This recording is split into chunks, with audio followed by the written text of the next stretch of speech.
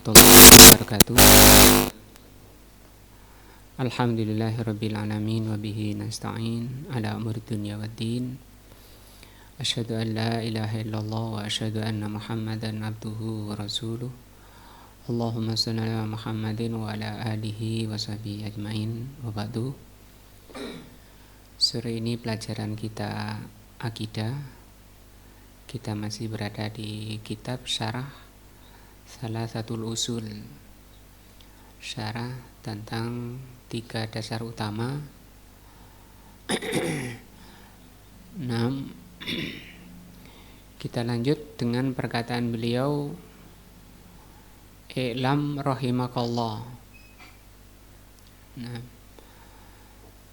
ini merupakan doa dari penulis terhadap para pembaca. Nah, yaitu doa untuk dimohonkan rahmah kepada Allah Subhanahu wa taala. Dan ini juga sudah menjadi kebiasaan para dai ketika khutbah, para khutbah, khatib-khatib ketika berdoa, ketika khutbah, sering mereka mengucapkan rahimakumullah. Rahimakumullah bentuk jamak kalau ini tunggal. Kalau diartikan semoga Allah merahmati kalian. Jadi kalau ini fi'il madhi, rahima itu bermakna semoga, bermakna doa. Bentuknya, kalimatnya berbentuk fi'il madhi, rahima kallah. Kalau jamak, misalnya khotib kepada jamaah Jumat, rahimakumullah. Apa artinya rahimakumullah? Semoga Allah merahmati kalian. Nah,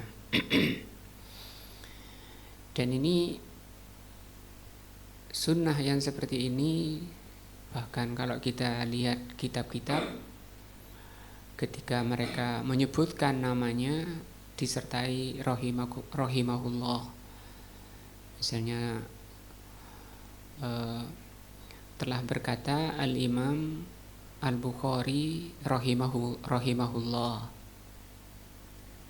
Telah berkata atau qala Al-Imam Ahmad rahimahullah. Telah berkata Imam Ahmad rahimahullah. K-nya diganti hu. Telah berkata Imam Abu Hanifah rahimahullah. Nah, kalau diartikan telah berkata Imam Ahmad semoga Allah merahmatinya. Seperti itu yang ada pada salafuna, orang-orang salaf kita seperti itu membacanya rahimah. Adapun yang banyak nyebar di masyarakat, terutama ketika mendoakan orang yang telah mati dengan mengatakan almarhum. Almarhum juga itu isim maf'ul dari rahima. Ya, rahimun marhumun. Nah, kata-kata almarhum ini kurang pas, kurang benar, karena itu mengandung ilzam, jazm, mengandung makna pemastian, sementara kita tidak tahu kondisi dia, apakah benar dia dirahmati oleh Allah atau tidak. Makanya yang lebih pas itu kita mengatakan rahimahullah. Telah wafat Bapak Ahmad rahimahullah. Tidak mengatakan telah wafat Pak Ahmad almarhum misalnya. Nah, almarhum artinya apa? Yang dirahmati. Karena kita nggak tahu itu almarhum mengandung makna jazm pasti. Kalau rahima fi'il madhi itu boleh. Karena ini mengandung apa? Doa. Yang disebut dengan taroji, ya, harapan. Kalau di dalam bahasa Arab pelajaran nahwu namanya ada taroji. Apa makna rahimakallah? Ini diterangkan di sini. Rahimakallah maknanya afadha alaika min rahmatihi. Allah mencurahkan kepadamu rahmatnya. Maknanya rahimakallah ya. Maknanya apa sih rahimakallah? Semoga Allah mencurahkan rahmatnya kepadamu. Allati tahsulu biha ala matlubik. Yang dengan curahan rahmat Allah itu kamu akan sampai kepada apa yang kamu inginkan. Apa yang kita inginkan, yang dicapai dengan rahmat Allah itu keselamatan di dunia, kebahagiaan, ketenangan, ketentraman, kesuksesan di dunia, terus sampai di akhirat, di alam barzah, di padang mahsyar, masuk surga. Itu yang kita inginkan. Untuk sampainya seseorang ke surga Allah, mendapatkan ridha Allah itu hanya dengan apa? Rahmat Allah. Apakah itu saja maknanya rahmat? Tidak. Watanju min mahdurika. Yang kedua, kamu selamat dari apa yang kamu takutkan. Apa yang kita takutkan? Dosa-dosa, maksiat, berbagai penyimpangan, berbagai kesesatan di dunia. Juga kita takut azab Allah di azab kubur. Juga kita takut siksa Allah di mahsyar. Dan puncaknya kita sangat takut kepada neraka Allah. Untuk selamatnya seseorang dari ancaman kejelekan itu butuh orang itu apa? Rahmat Allah. Maka kita selalu berdoa, selalu kita diajarkan agar mendoakan saudaranya dengan doa apa? Rahmah. Seperti ini. Ketika nulis dimulai dengan rahimakallah, semoga Allah merahmati kalian. Maksudnya ini tadi, kamu sampai dengan rahmat Allah itu kepada apa yang kita inginkan dan terhindar dari sesuatu yang kamu takutkan. Fal makna, maka makna lebih jelasnya, ghafarallahu laka, Allah mengampuni kamu, ma madha min dzunubika, Allah mengampuni apa yang telah lalu dari dosa-dosamu. Ini juga sangat penting ya. Kapan orang itu dirahmati, diampuni dosa-dosa? Ketika orang-orang itu mendapat rahmah Allah. Maka pengampunan dosa itu merupakan bentuk rahmat Allah. Artinya kalau Allah tidak merahmati, dosanya dibiarkan. Dan itu kan bahaya, karena setiap dosa itu ada hak siksa. Ya, kalau sampai menghadap Allah membawa beban dosa. Nah, maka dengan rahmat Allah dosa-dosa itu diampuni. Diampuninya dosa-dosa ini adalah perkara yang sangat dan mutlak kita butuhkan. Wa waffaqaka wa asamaka fima yastaqbalu minha. Nah, wa waffaqaka, dan makna rahmah itu Allah memberi taufik kepadamu. Wa asamaka, dan Allah memberi penjagaan kepadamu. Fima yastaqbalu, dalam perkara yang akan datang. Jadi pertama dibersihkan oleh Allah dosa-dosanya. Ini makna rahmah ya. Apa maknanya rahmah? Pertama, dibersihkan oleh Allah dosa-dosanya. Yang kedua, jalan yang akan ditempuh yang masih panjang di hadapan kita itu oleh Allah diberi taufik dan dijaga. Taufik itu apa maknanya? Taufik itu maknanya berasal dari kata waffaqa. Waffaqa itu pencocokan. Jadi oleh Allah Subhanahu wa taala kita dicocokkan oleh Allah, karena pencocokan ini hanya hak Allah. Selain Allah tidak bisa. Yang disebut dengan hak prerogatif.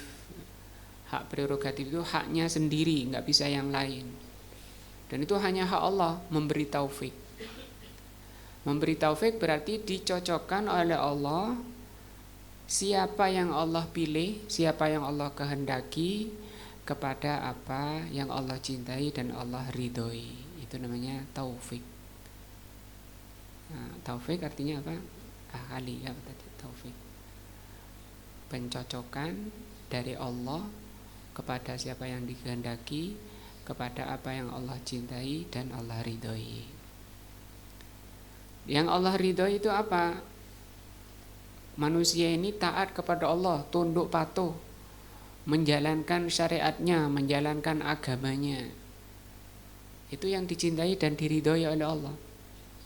Dalam bentuk ibadah, manusia tunduk patuh ibadah kepada Allah, itu yang dicintai dan diridhoi oleh Allah. Hanya saja manusia tidak akan bisa sampai kepada apa yang Allah cintai, Allah ridhoi kalau tidak mau belajar. Karena yang dicintai dan diridhoi itu adanya di mana? Di Al-Quran dan As-Sunnah.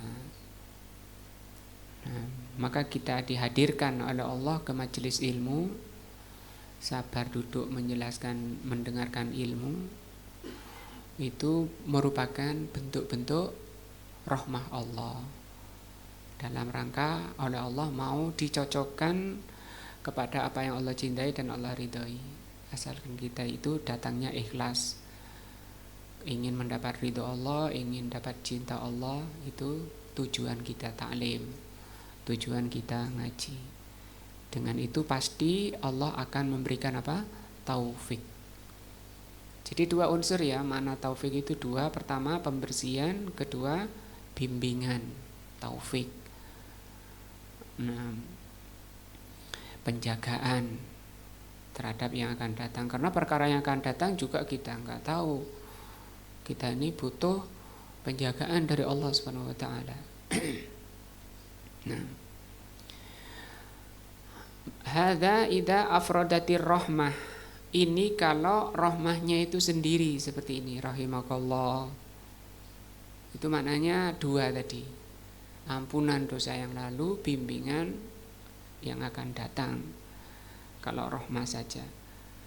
Amma idza kurinat bil maghfirah, tapi kalau digandeng dengan maghfirah, misalnya kita mengatakan semoga Allah merahmati dan mengampuni kamu, maka itu maknanya sendiri.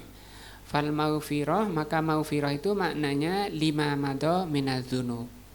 Maka maghfirah itu artinya pembersihan dosa-dosa yang telah lalu. Warahmah, sedangkan rahmah maknanya apa? Pencocokan kepada kebaikan dan selamat dari dosa-dosa pada masa yang akan datang. Nah, itu makna kalau kapan seperti makna Islam dan iman itu seperti itu. Kalau ada kata-kata muslim itu di sana juga bermakna mukmin, tapi kalau dikatakan mukmin itu juga bermakna muslim. Tapi kalau sendiri-sendiri muslim itu amalan zahir, mukmin itu amalan batin. Seperti itu. Sama dengan ini rahmah dan maghfirah. Dan ini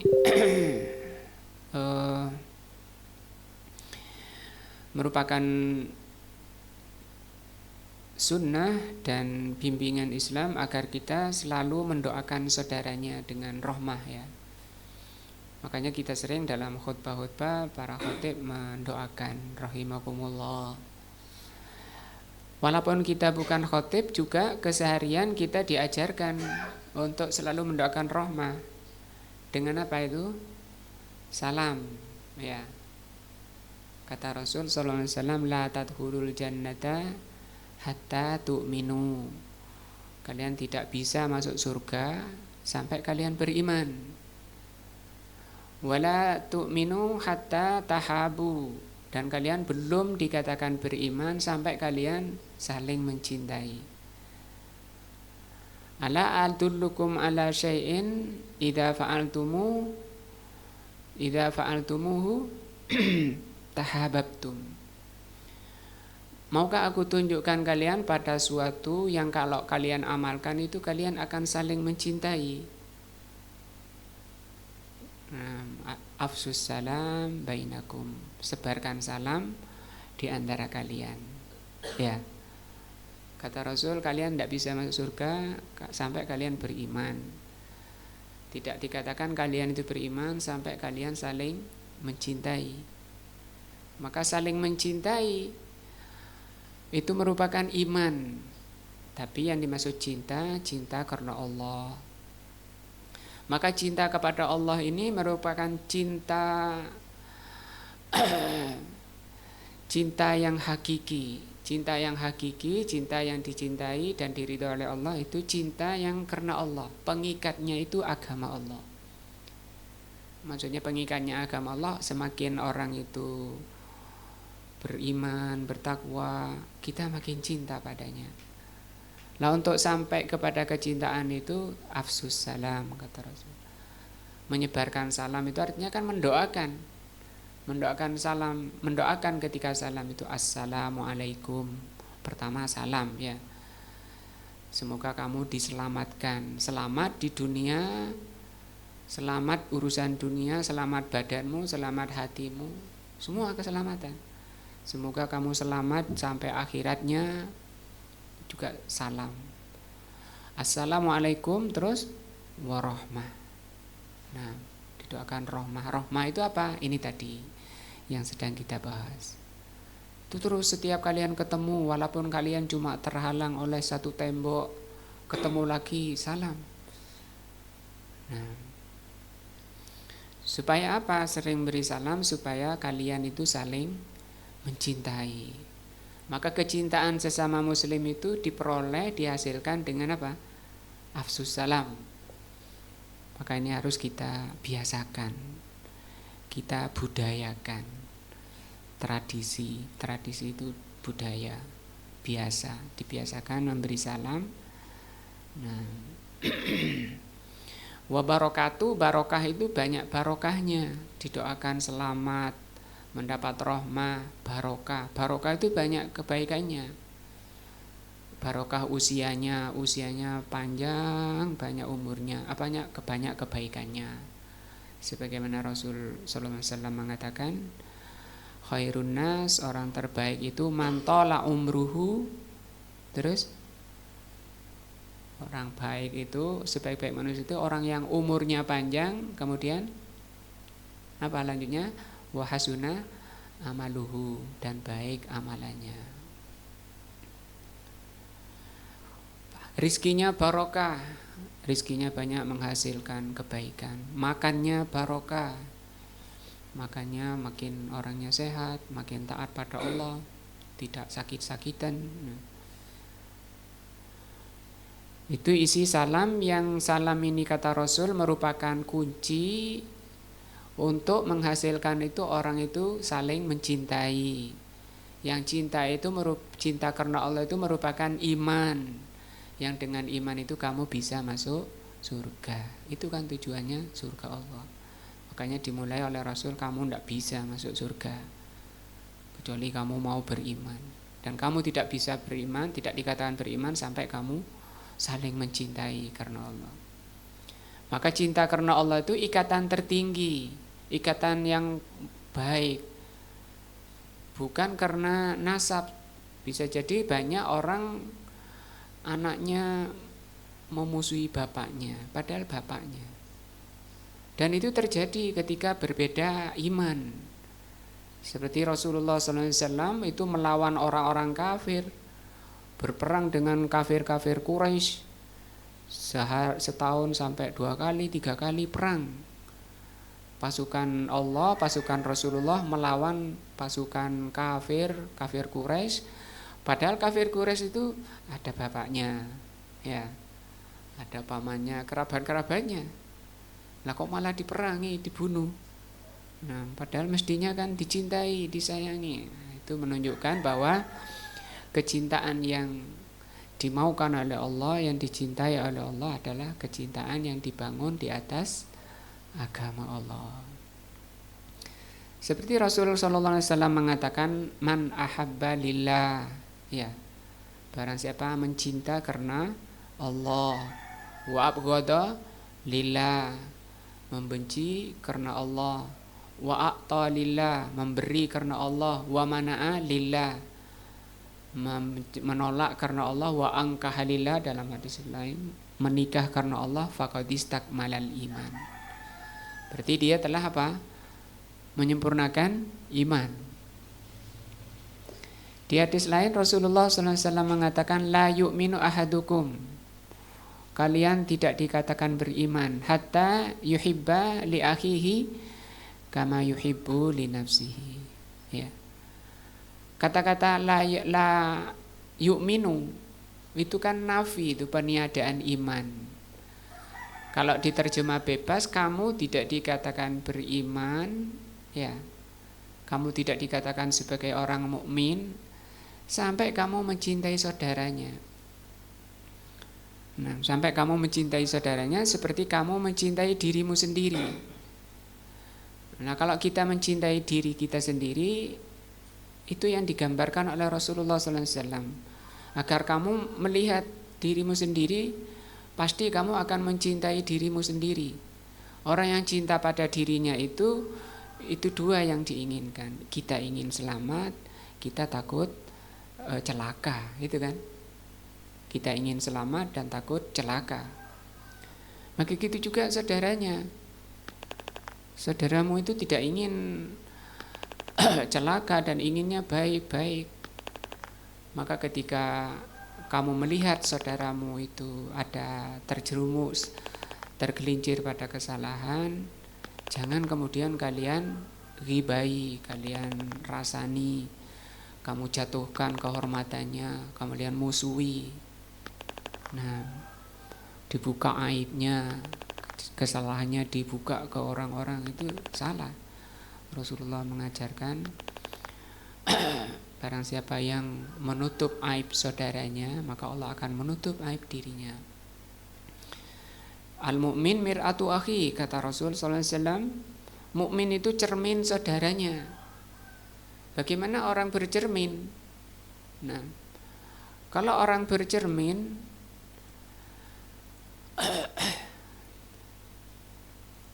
orang bercermin itu ngoco, bahasa kita ngoco, ya. Orang bercermin itu ada dua hal yang dilakukan. Pertama, misalnya dia lihat di wajahnya ada jerawat, maka ketika lihat di wajahnya ada jerawat sehingga wajahnya jelek, ada dua hal yang dilakukan. Pertama, dia akan menutup aibnya, mungkin ditutupi bedak, ya.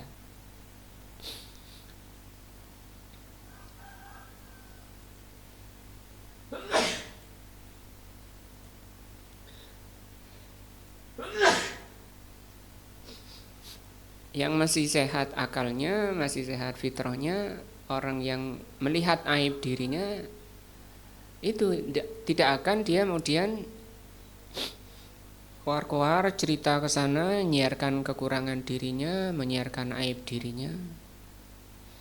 Dia akan menyampaikan keluhan dirinya ke orang yang dipercaya saja, dokter misalnya. Kenapa? Baru dia jelaskan. Tapi dia akan nutupi kekurangan dirinya. Demikian juga kita, kata Rasul, karena kamu cintanya pada saudaranya, cinta karena Allah, ketika lihat saudaranya tergelincir pada kesalahan, ditutup. Jadi ditutup aibnya, aib saudaranya ditutup. Nutupnya karena Allah juga, jangan karena yang lainnya, tapi karena Allah saya tutup kesalahan saudaranya. Iya, saya tahu, saya lihat dia dengan kedua mataku dia salah.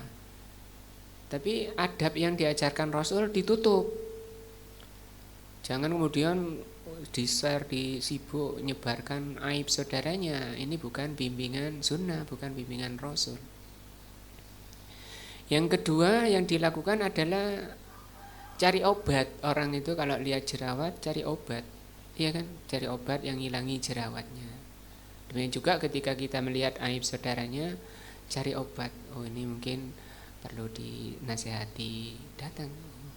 Oh, kayaknya kalau nasihatku nggak dihirau, diajak ke ustadznya. ini terjatuh pada kesalahan, Ustadz sampaikan, mungkin perlu nasihat dalam rangka ngobati. Nah, ada kitab kutip kecil namanya Adabul Usroh ya, punya Al-Imam Abul Barokat namanya. Di bab pertama, halaman pertama, beliau mengatakan orang mukmin, kata beliau, ketika melihat kesalahan saudaranya, ya, lihat dia dengan matanya, lihat saudaranya salah, nggak ragu dia, maka dia, orang mukmin itu bisa mendatangkan 90 udzur. 90 udzur. Oh, mungkin dia lagi lupa, atau mungkin dia lagi nggak sadar, mungkin sampai 90. Kita mungkin 10 aja kesulitan, ya. Itu mukmin. Adapun munafik, kata beliau, coba lawannya mukmin, munafik. Tidak seperti itu. Munafik senengnya kayak dapat emas, mencak-mencak ketika melihat saudaranya salah. Wah, sibuk gembira, terbang ke sana sini, nge-share sana sini, menyebarkan aib saudaranya, menjadi namam. Apa namam? Namam itu menukil kesalahan saudaranya, kekeliruan saudaranya, dipindah kepada yang lainnya, kepada yang dibicarakan supaya terjadi permusuhan. Itu namam. Kata Rasul sallallahu alaihi wasallam, la yadkhulul jannata namam. Dalam hadis lain, qatat, Rasulullah mengatakan tidak akan masuk surga namam. Itu yang suka namam memang hatinya, karena memang gak ada tadi dari yang dikatakan oleh Rasul, cinta karena Allah. Yang ada di hatinya dengki, hasud, kayak itu jelek hati kalau seperti itu. Kotoran hati. Nah, ini makna apa tadi? Makna rahmah. Maka kita diajarkan untuk sampai ke surga harus beriman. Di antara bentuk iman apa? Saling mencintai. Untuk saling mencintai kita mendoakan rahmah. Nah, ini salam, kalau kita terpraktekkan kesehariannya, kita mengucapkan salam. Hukumnya sunnah. Memberi salam itu ketika ketemu saudaranya sunnah. Tapi menjawabnya hukumnya wajib. Nah, maka dinasihati, karena sering saya dapati itu ketika saya memberi salam di kampung-kampung, assalamualaikum. Oh, nggih, jawabannya. Loh, kok jawabannya mestinya waalaikumsalam warahmah. Ya kan, seperti itu. Ini enggak. Jawabannya apa? Oh, nggih. Kalau Madura gimana? Nggih. Loh, salam kok malah engki. Dijawab, didoakan yang lebih baik, waalaikumsalam warahmatullah. Kalau engki kan seenake dhewe, dia nerima doa kita, tapi dia tidak mendoakan kita, kan beling gitu ya. Nah, beling sampean didoakan, saya tak doakan tadi, sampean enggak mendoakan saya. Nah, seperti itu, padahal sampean wajib loh mendoakan saya tadi ya. Pegang tangannya, lek ngomong nggih, lek dijawab nasihati. Nah, nggak boleh kayak gitu Pak, sini tak bilangin gitu. Sampean ini jawabnya itu wajib. Sampean tadi sudah tak doakan, dapat rahmah. Nah, sampean wajib mendoakan saya gitu. Nah, itu makna rahimakallah.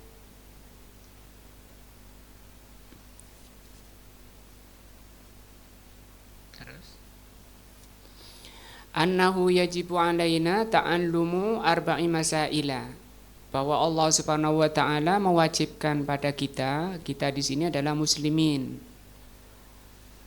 Jadi Allah mewajibkan kepada muslimin 4 perkara, atau kalau mau dibalik, kewajiban muslim pada agamanya itu ada 4. Karena kita semua sudah sepakat bahwa Islam ini adalah thoriqoh, jalan menuju Allah, menuju ridho Allah, menuju surga Allah, itu Islam. Atau di ayat lain Allah katakan Islam ini hablullah, ya apa? Tali Allah. Barang siapa yang berpegang padanya akan sampai kepada Allah, kepada keridhaan Allah, ke surga Allah. Hanya saja tidak akan sampai ke sana kalau cuma KTP-nya saja, tanpa menjalankan apa? Kewajiban-kewajibannya sebagai seorang muslim. Apa kewajibannya? Ada 4 kewajiban muslim pada agamanya. Al-ula, yang pertama al-ilmu, mempelajari, mengilmui Islam itu. Karena tidak bisa orang itu mengamalkan Islam tanpa mempelajari dulu. Ilmu apa yang dipelajari kan banyak. Ada ilmu nahwu, ilmu shorof, ilmu usulul fiqh, mustalah hadis, usulul tafsir, ilmu tafsir, ilmu hadis, ilmu fikih, dan seterusnya. Kata Al-Imam Ahmad rahimahullah, ilmu yang wajib dipelajari itu adalah ilmu yang kalau kamu tidak mengerti, kamu disiksa. Nah, kalau kamu nggak ngerti, disiksa. Ketika misalnya Allah perintahkan aqimis sholat, tegakkan sholat. Nah, bagaimana cara sholat? Kalau saya nggak bisa sholat, saya disiksa. Nah, maka dipelajari tentang syarat sholat, rukun sholat, kewajiban sholat, sunnah-sunnah sholat. Sholat itu ada 4 masalah. Ada syarat, ada rukun, ada kewajiban, ada sunnah sholat. Berarti kita harus tahu apa itu syarat, apa itu rukun, apa itu kewajiban, apa itu sunnah-sunnah sholat. Kalau nggak bisa ya bahaya. Untuk bisa sholat syaratnya diantaranya toharo. Toharo itu ada 3, wudu, mandi, tayamum. Nah, bagaimana wudu yang benar yang menyebabkan orang itu sah menjalankan sholat? Harus tahu caranya wudu. Pertama wudu itu cuci kaki dulu. Nah, kemudian tangan, setelah itu wajah. Nah, itu gak berilmu namanya ya. Makanya wajib dia berilmu dulu. Bagaimana wudu yang sah, yang benar. Nah, kalau nggak bisa, nggak tahu caranya wudu, itu bahaya. Wudunya nggak sah, apalagi sholatnya, ya kan? Rasulullah pernah marah sampai mengatakan wailun lil aqab. Apa artinya? Celaka tumit-tumit. Ya, karena ada sahabat berwudu, ada di tumitnya itu sedikit kayak sebunderan uang, yaitu mata uang, nggak terkena air. Itu pun kata Rasul sudah dikatakan wailun. Wailun itu ancaman, celaan. Setiap ayat maupun hadis yang isinya itu ancaman, itu merupakan dosa besar. Kalau ditanya dosa besar itu apa? Dosa yang di dalamnya ada ancaman. Itu tadi wailun, itu kan ancaman. Orang yang suka ngumpat itu tidak diancam oleh Allah. Wailun likulli humazatin lumaza. Kalau ditanya dosa besar itu apa?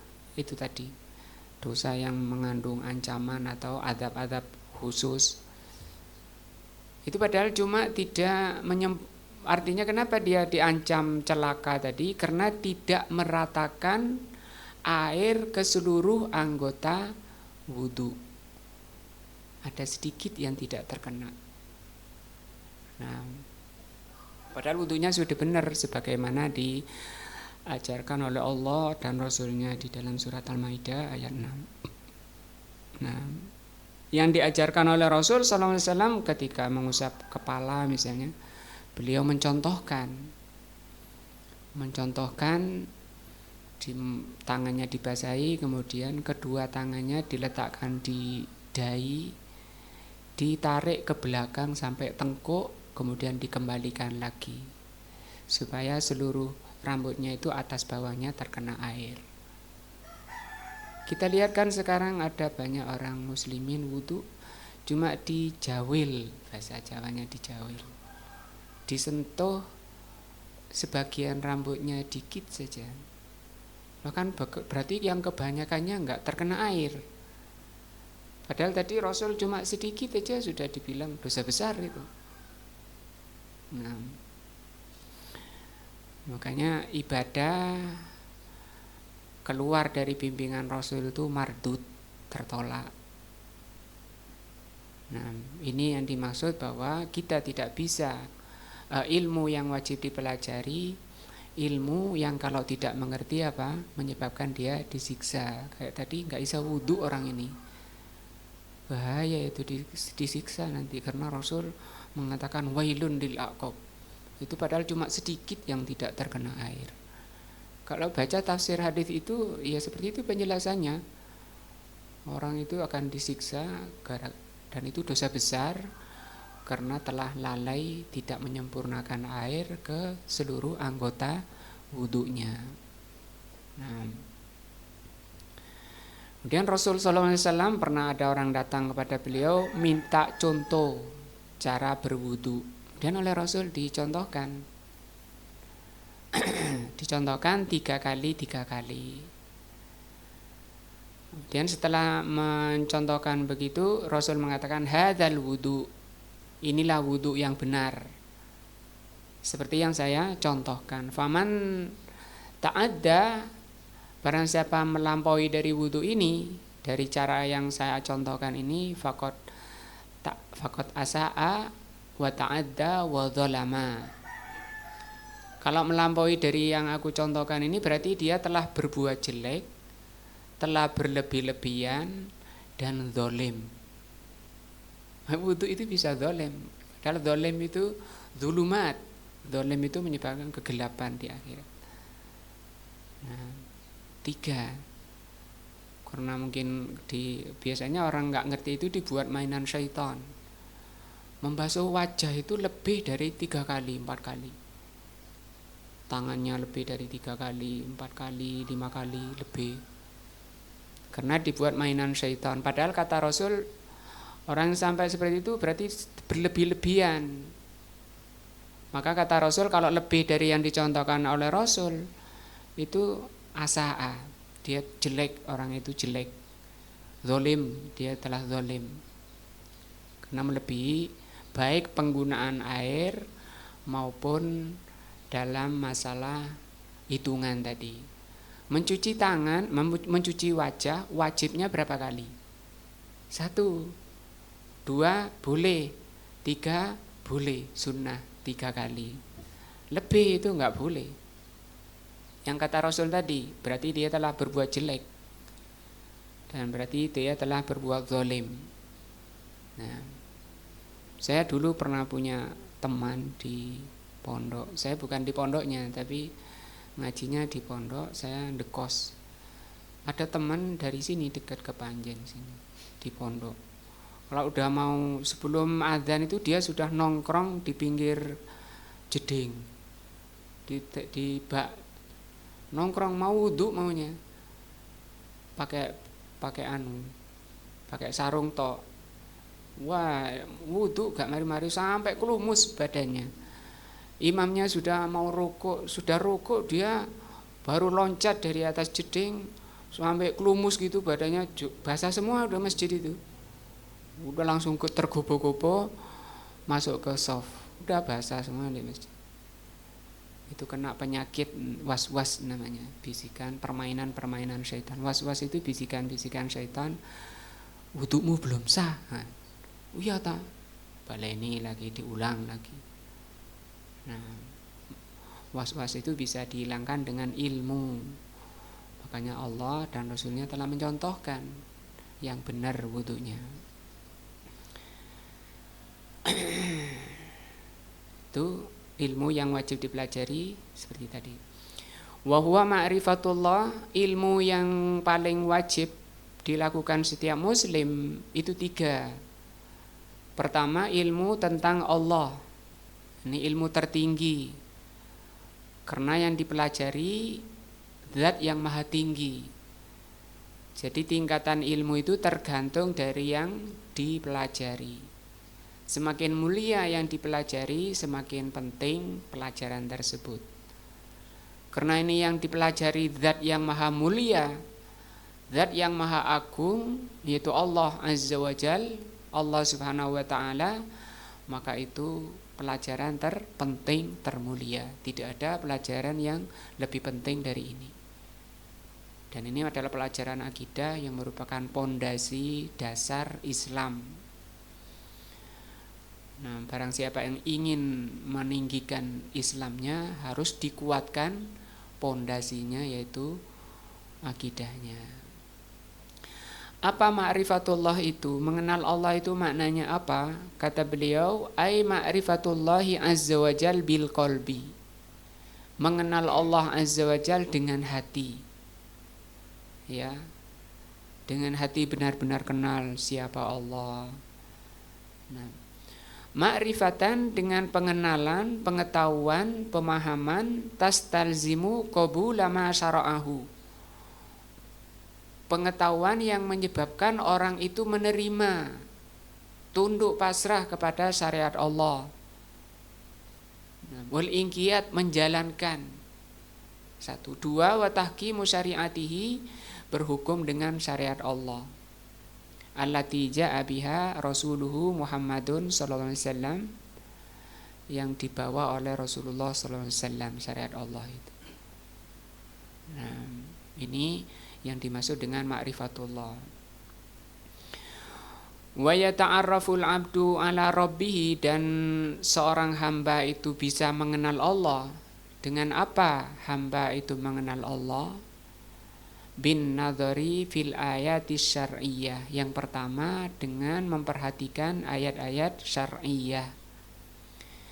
Ayat syar'iyah itu apa? Fi kitabillahi azza wa jal wa sunnati rasulihi sallallahu alaihi wasallam. Ini ayat syar'i. Maka orang yang tidak mau mempelajari Al-Quran dan sunnah itu tidak kenal dengan Allah.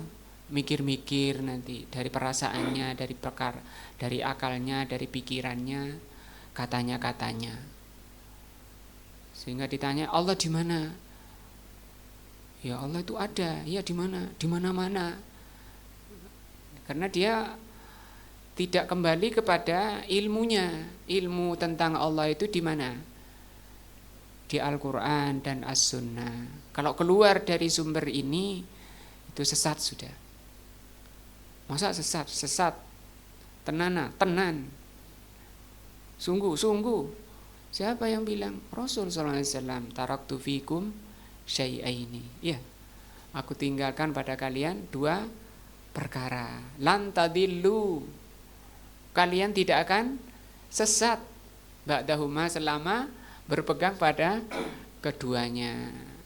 Kitab Allah wa sunnati, kitab Allah dan sunnahku. Sesat, kata Rasul, sesat.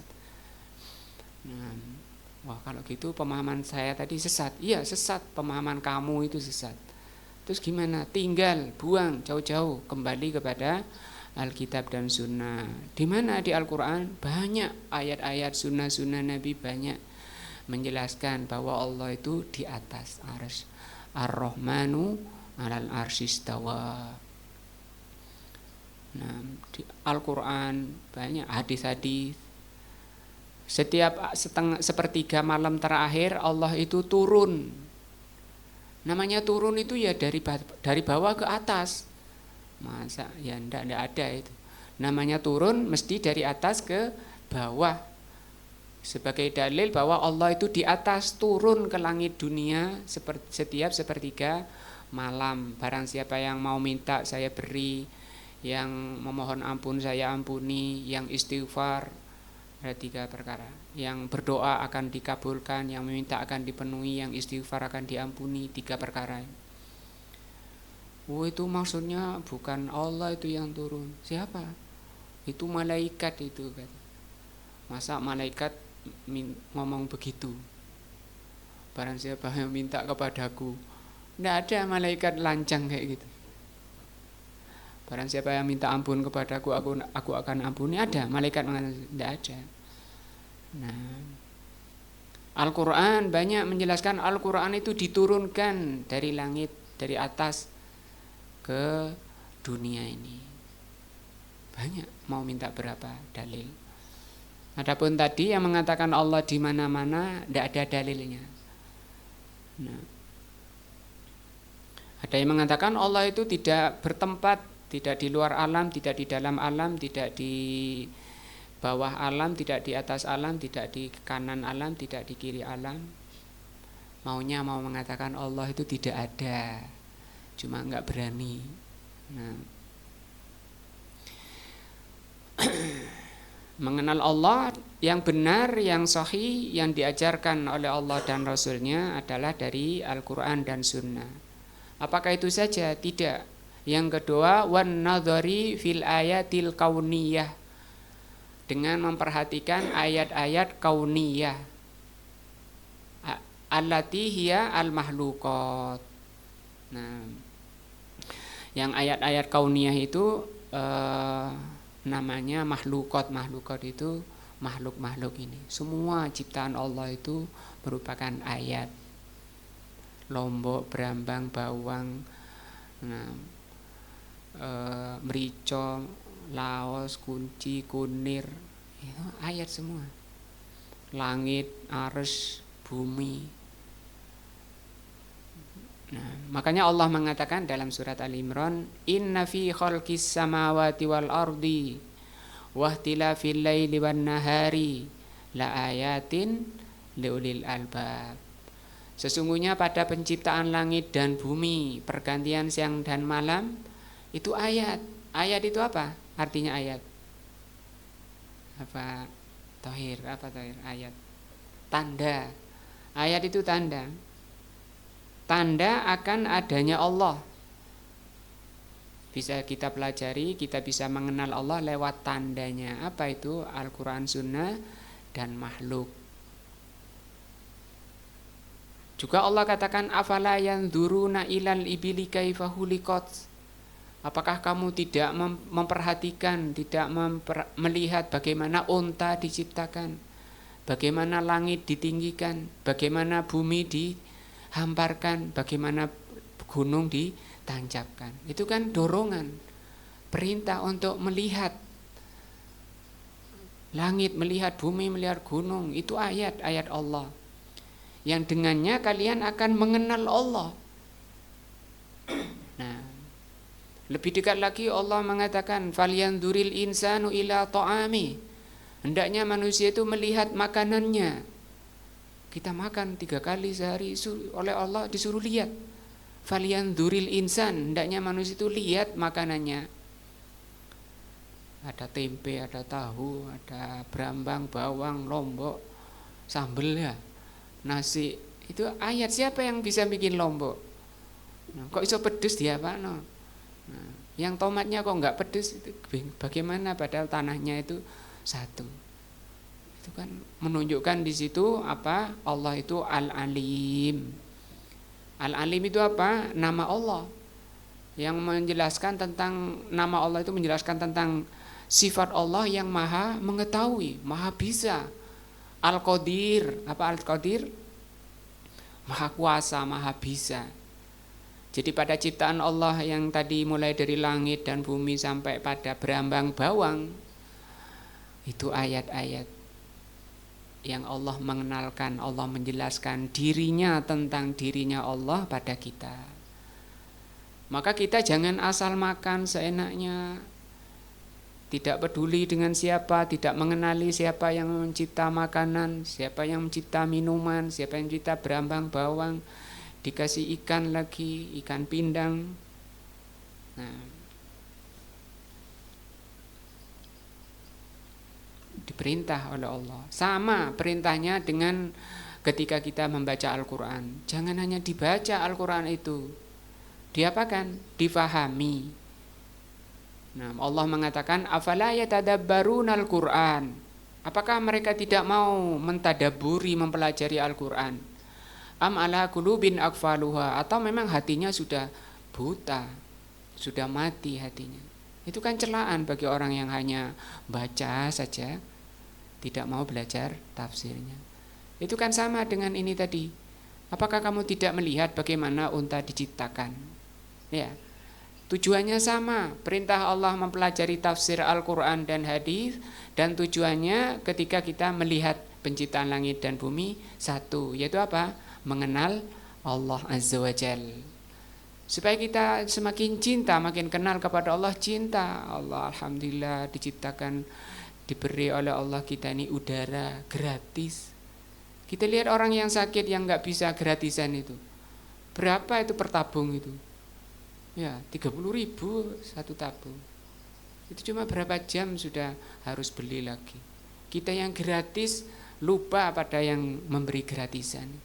Coba kalau ditarik misalnya, kalau Allah ditarik setiap kali nafas 1.000 saja, semenit itu sudah berapa kali? Bisa 30.000 mungkin semenit. 1 jamnya kali 24 jam, seharinya bayar berapa? Bisa jutaan nanti. Tapi karena rahmahnya Allah, kasih sayangnya Allah, nah, maka dengan pelajaran tadi, mempelajari ayat-ayat kauni, penciptaan langit dan bumi, unta dan gunung, langit dan bumi, makanan. Nah, orang itu kenal kepada Allah, cinta kepada Allah, selalu zikir, ingat kepada Allah. Coba di ayat tadi lanjutan ayat. Walladzina yadhkurunallah. Orang itu akan selalu ingat kepada Allah. Walladzina yadhkurunallaha qiyaman, ketika berdiri ingat kepada Allah, wa qu'udan, ketika duduk kepada Allah, wa junuban wa la junubihim, dan ketika dia terlentang.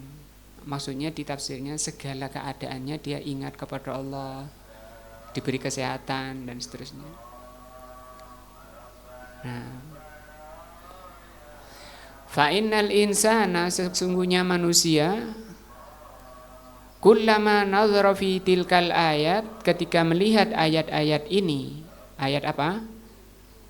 Syar'i maupun kauni, izdada ilman, akan bertambah apa? Ilmunya, ya, bertambah ilmunya, semakin kenal. Ini sudah bahasa kita, peribahasa kita, tidak sayang orang yang tidak kenal. Nah, semakin kita mendalami tafsir Al-Quran dan hadis, semakin kita mendengarkan, melihat ayat-ayat kauni, izdada ilman, bertambah ilmu kita bi khaliqihi, terhadap Allah penciptanya, wa ma'budihi, dan semakin kenal dengan yang diibadahi, yaitu Allah Azza wa Jalla. Qala Allah azza wa jalla, Allah mengatakan, wa fil ardi, dan di bumi ini, ayatun lil muqinin, banyak sekali ayat-ayat bagi orang yang yakin. Nah, wa fi anfusikum, bahkan pada diri kalian sendiri itu banyak sekali ayat-ayat. Bahas satu tema misalnya tentang bulu kita, ya, bab bulu pada diri kita itu banyak, ada yang panjang, ada yang pendek, ada yang diperintah untuk dicabut, ada yang diperintah untuk dicukur, ya, tentang bulu-bulu. Bulu mata itu tidak, bulu alis itu tidak memanjang, segitu saja. Itu ayat. Kenapa oleh Allah dipanjangkannya ini enggak? Nah, afala tubsirun, kata Allah, apakah mereka tidak mau basirah? Ini di sini Allah tidak menggunakan kata alim. Alim itu berilmu, mengetahui. Tapi di sini Allah menggunakan lebih dalam lagi dari sekedar alim. Kalau saya mengetahui ini namanya mik, itu alim namanya. Saya tahu alim, saya tahu ini mik. Tapi kalau saya mengerti kepada komponen terdalam dari mik ini, itu namanya basir. Jadi tahu mulai dari terluar sampai terdalam, itu namanya basir. Di sini isyaratnya dari Allah, pada diri kamu saja itu sudah banyak ayat-ayat Allah. Apakah kamu tidak mendalami? Maka didalami diri kita, mana yang harus dijaga, disyukuri pada diri kamu, karena itu nikmat dari Allah, amanah dari Allah, yang kita akan kembali kepada Allah mempertanggungjawabkan semua amalan kita ini. Nah, insyaallah ini penjelasan tentang apa? 4 kewajiban muslim pada Islamnya. Yang pertama, mengilmui. Yang diilmui pertama adalah tentang Allah Azza wa Jal. Mempelajari tentang Allah Azza wa Jal. Mudah-mudahan kita semakin mengenal Allah Subhanahu wa taala, meningkat iman dan takwa kita kepada Allah. Mudah-mudahan Allah mengampuni dosa-dosa kita dan Allah menakdirkan kita menghadap Allah dalam keadaan qalbun salim. Wallahu a'lam bishawab. Subhanakallah bihamdika asyhadu an la ilaha illa anta astaghfiruka wa atubu ilaika. Wassalamualaikum warahmatullahi wabarakatuh.